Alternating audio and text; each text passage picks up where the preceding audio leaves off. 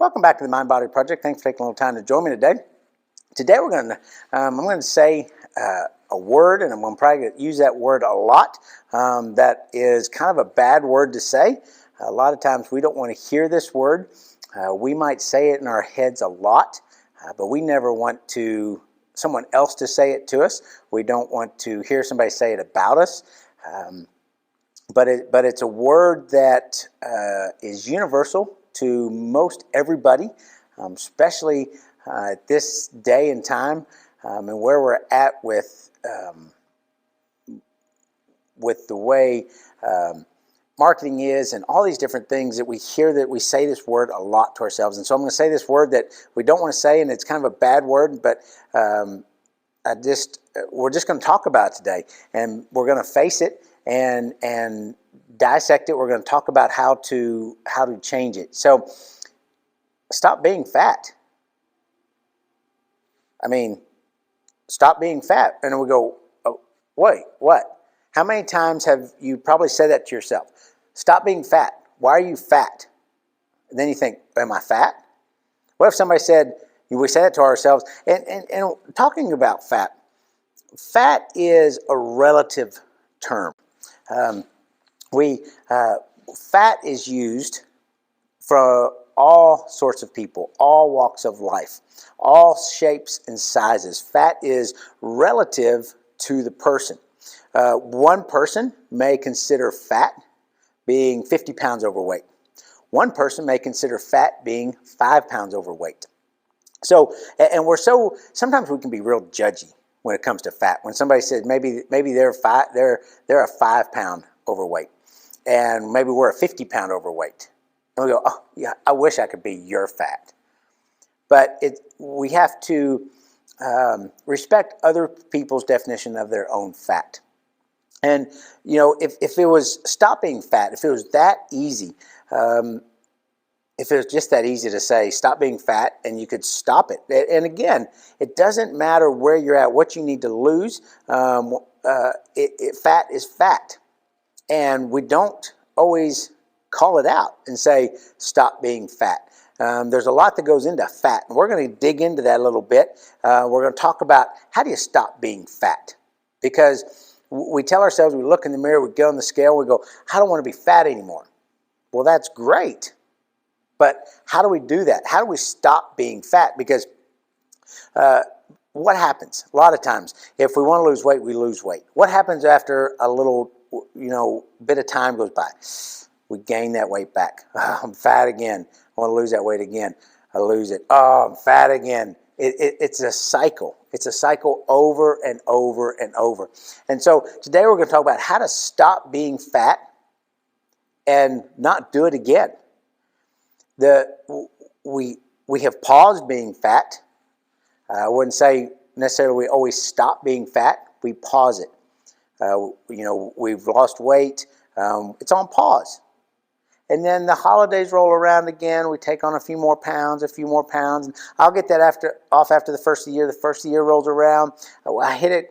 I'm kind of dieting and exercising for the first month in January. February rolls around, Valentine's, we got some candies, we got some things going on, and we find that whatever progress we made in January is starting to come back on in February and March and April and May. And before we know it, summertime's here and we're back to where we started. And we're telling ourselves, why'd you get fat again? And again, those are words that we say to ourselves. Nobody at my heaviest weight at 314 pounds, I always say, why didn't anybody tell me I was fat? I had all these reasons for my size. It was muscle, it was a big bone. I had all these excuses. But the truth was, when that breaking point came, that I was 314 pounds of fat. And it was time to stop being fat. And that's been a process over the last 15 or 16 years, to stop that, to learn. Over that time, there were some pauses, and it took some restarts, and it took time learning the things I'm going to share with you today on how to stop being fat. And I wish some of these things I had known when I started my journey, it would have been some red flags to look for along the way, because I didn't recognize them. I didn't know them. So I fell into those traps. I fell into those things, and the weight came back. It would go off, come back, go off. So through the journey, it's taken a lot of self-reflection. It's taken a lot of learning of how to stop being fat. When we talk about fat, is it a food issue? Is it necessarily an exercise issue? Is it a physical issue? Is it a mental issue? It's real hard to tell what part comes first. We work on our exercise. I'm overweight, and let's just call it what it is. I'm fat, and I need to lose some weight. So what's the first thing we do? We go to exercise. I'm going to start running and doing all this. I'm going to do 6 days a week, 7 days a week, 2 times a week, 2 times a day. I mean, we just go nuts. Or is it, I'm just going to exercise 2 days a week. I'm going to really get my food better on track. Or is it, man, I don't have any motivation. I need to find some motivation. I need to find some discipline. Does it come from a mental issue? Is it a physical issue? Is there certain things I can't do that allowing myself to have limitations? It's those questions we have to ask of, which came first, the chicken or the egg? It's kind of hard to tell when we start. Is it the exercise that we start doing that gives us a little bit more motivation mentally to eat a little bit better? Or is it the eating a little bit better gives us a little bit more motivation to do a little bit more, which gives us a little bit more motivation mentally? Or is it just we're really mentally motivated, and so we start the exercise, we start the diet, we decide to overcome those physical limitations? It's all these different components of stopping being fat. There's a lot to it. Sometimes we make it sound so simple that it's, eat less, exercise more. We hear that, and we think, well, if it's that easy, why can't I do it? Why can't I make this happen? And we get upset with ourselves, and we get down with ourselves because, like everybody says, eat less, exercise more, and you'll lose weight. And I'm doing those things, and I'm not losing anything. What am I doing wrong? What is it about me? Why am I still fat? We have this internal dialogue over and over and over that just beats us down. And does that affect us mentally? And then that affects us, maybe we don't exercise as much. Well, I'm trying to eat right, all these foods, and I'm not losing anything, so I'm just going to stop or I'm going to eat. We have all these things that come into play. So we're going to talk about, I'm going to share some of the process of how to stop being fat and how to make it unique to you, because we go to the bookstore and we'll see a huge section of diets, of exercises. We've talked about it before. There are tons of diets. There are tons of exercise plans.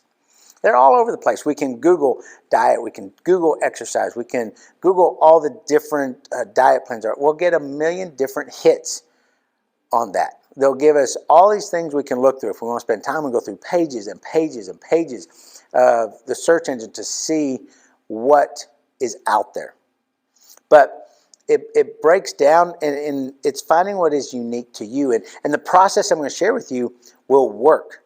It works if you are consistent with it. And that's another key is to stop being fat, you have to be consistent. Think about, how did you get fat? Whether it's 5 pounds, 100 pounds, 300 pounds overweight. How did you get there?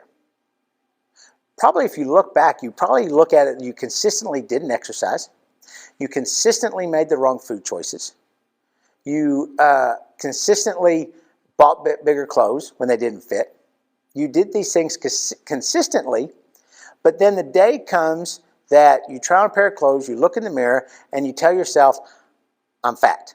It didn't happen overnight. It was a consistent process over time. So if you put that same principle to changing some things, and you follow some consistent principles that will help you stop being fat, you will stop being fat. There'll be one day that you put on the clothes and go, wow, these fit great. You look in the mirror and you go, I like you. I like the way you look. I like the way you look in those clothes. I like you. You're not fat. they're going to come that day because you were consistent with the process that I'm going to share with you today. The first one is quit starting so big. Just stop. Quit. If you quit anything, quit starting so big. What do you mean? We're going on this diet. I hate diets, by the way. Hate them. Because a diet signifies that there's going to be an end to this, and when there's an end, you're going to go back to the way you were before. So take diet out of your vocabulary. But quit starting so big. Start small. Small habits consistently compounded over time make big changes. Small habits compounded consistently over time make big changes. We don't have to change the world all at once. We have to make small changes. So we start with small habits, whether that is mentally, physically, or that's food. We start with small habits. Instead of saying, okay, I'm taking out all sugars. Well, maybe you're hitting some sugars and you just make that maybe 2-3 days a week. Over time, you do that, you get a little better, you feel comfortable with it, then you might go to 2 days. And sugars, I mean by sweets and snacks and that kind of stuff, not those types of sugars. Maybe it's exercise. Maybe you've in the past started working out. I'm going to start working out. I work out 5 days a week. How long did that last? How long did you keep up 5 days a week? I'm telling you from experience, from owning a gym for the last 12, 13 years, from being a personal trainer for the last 16 years, I can see it when people start out from nothing to big, 5-6 days a week. That doesn't last long. They get hurt, they get tired, they get demotivated. It will end, guaranteed. The ones that make it and keep it going are very few and far between. I'm not telling you that to discourage you. I'm telling you the truth, what I have seen from my experience. If you want to stop being fat, then these are some of the things that the processes you consistently follow. These are processes that I have followed myself, and I have seen time and time again work with clients and members. Mentally, maybe you read something that motivates you a couple times a week. Maybe it's something that you watch or read or listen to a couple times a week that starts changing the way you think about things. It's not you're spending 2-3 hours a day working on mindset, motivation, and all these things. You're not sleeping with headphones on where they're telling you all these things to do, and you're hoping that it just sinks in by osmosis and in the subconscious. You quit starting so big. Start small.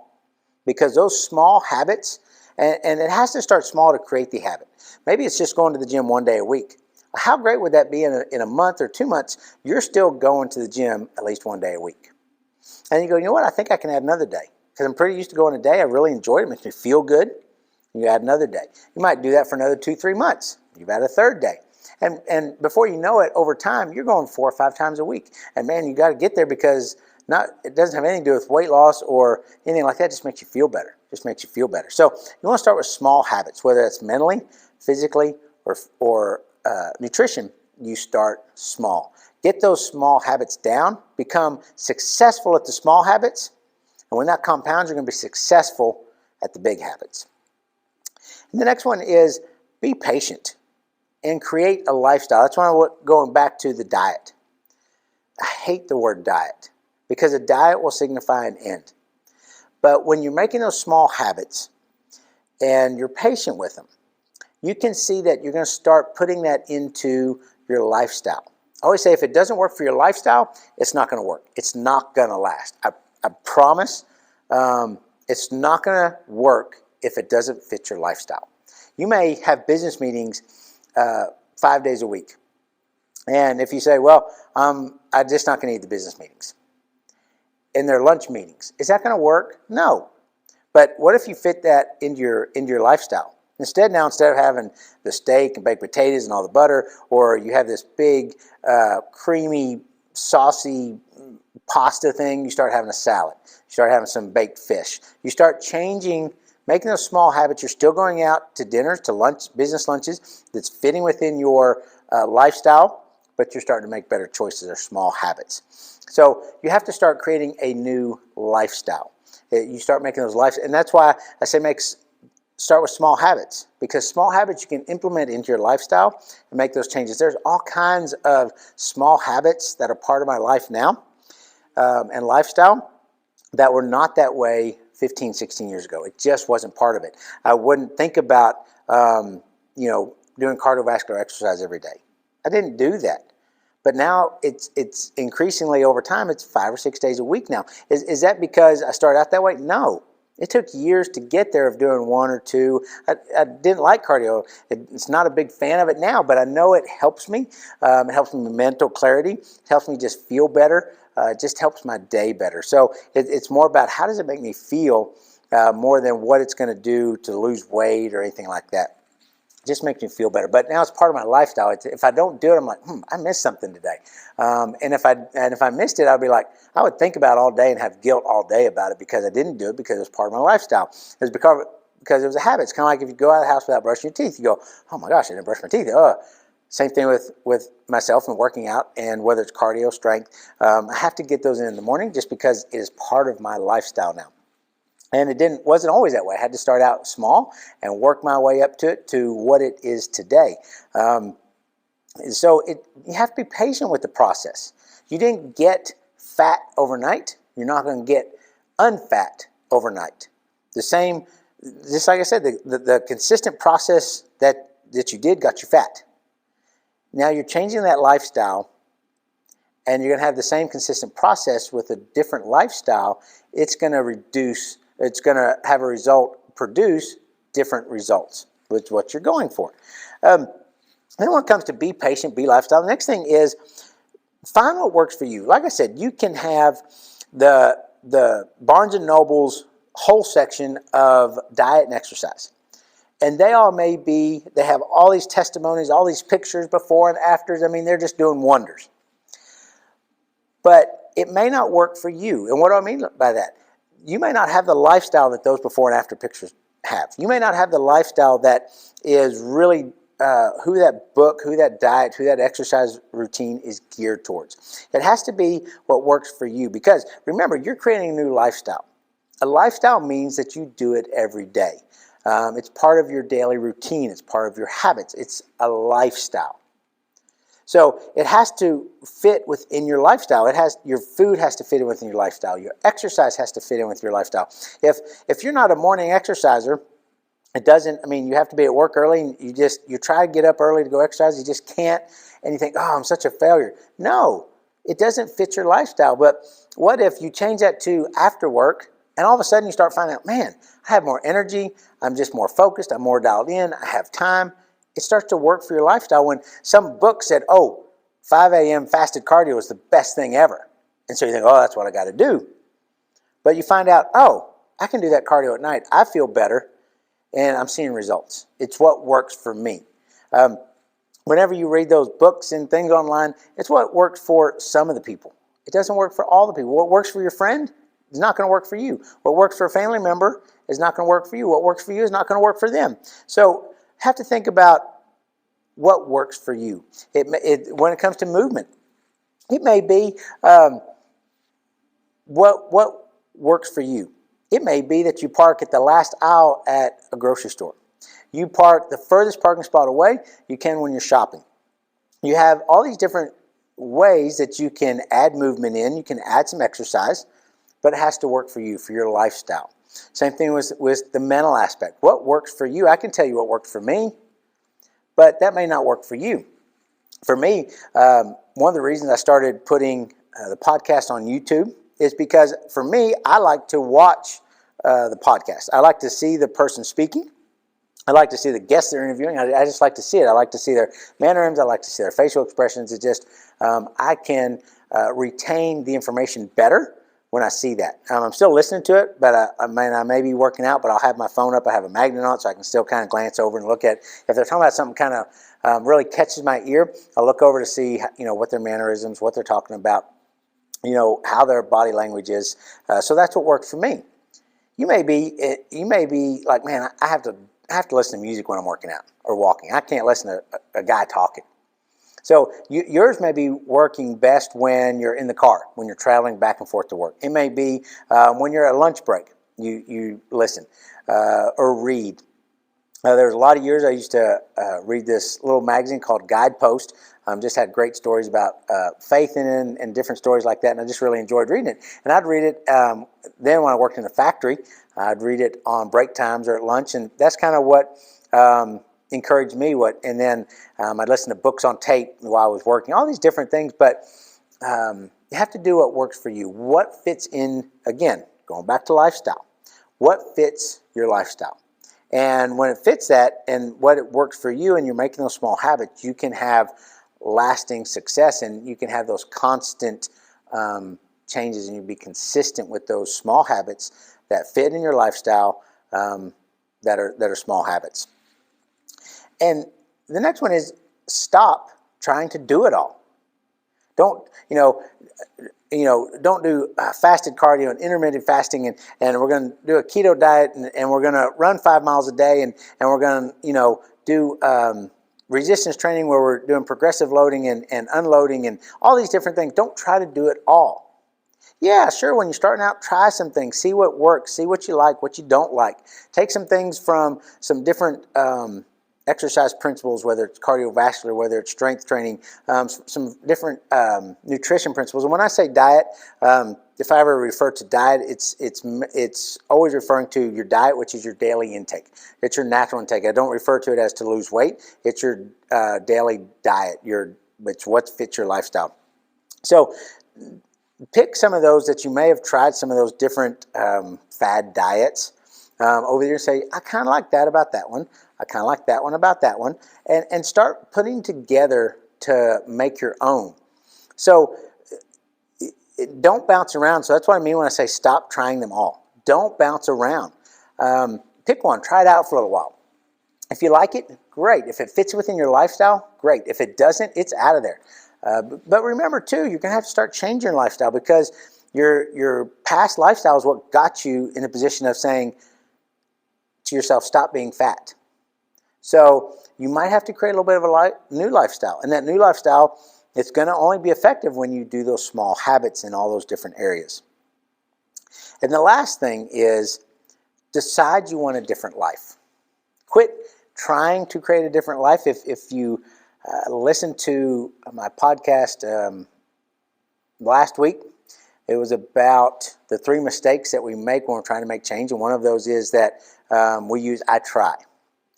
Quit trying and decide you want a different life. When you decide you want a different life, that decision makes all the difference. Because when we decide something, there's no obstacle that we can't overcome. We no longer see roadblocks. Roadblocks, it's in our way, we can't get past it. It's in an immovable path. But an obstacle, it's only going to slow us down. So when we decide we want a different life, we turn all those roadblocks, all that we see out in front of us, all those roadblocks that are out there, we turn those into obstacles. Because when we get to them, we're going to find a way to go over, under, around, or through them.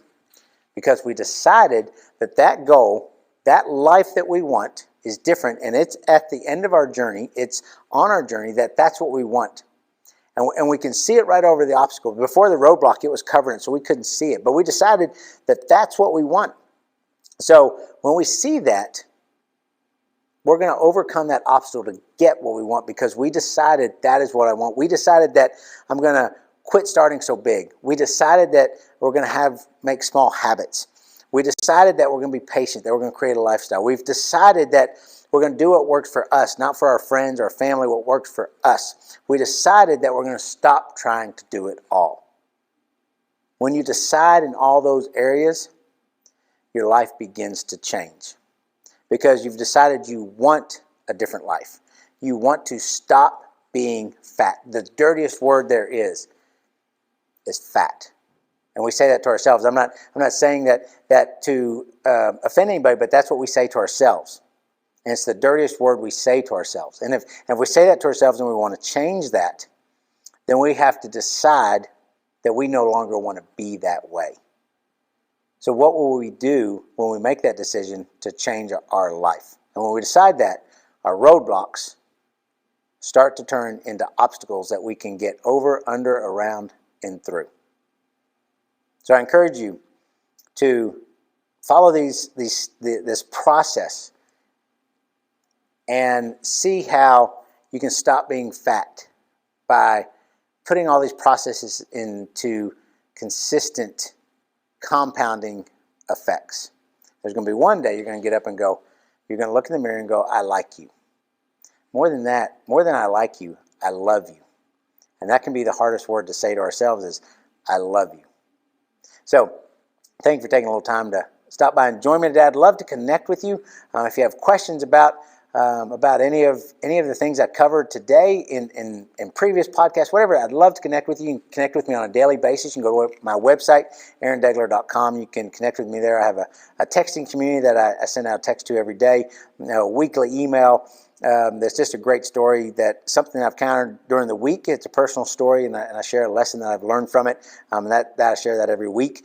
You can join my weekly inner circle that we do on a weekly basis via Zoom, and just contact me with any question or anything. And you can find all the podcasts there on aarondegler.com and all my different programs, whether it's training, coaching, all those. So I'd love to connect with you in any of those ways, but most of all, I'd just love to connect with you, spend a little time with you. So thanks for taking a little time to join me today and stopping by.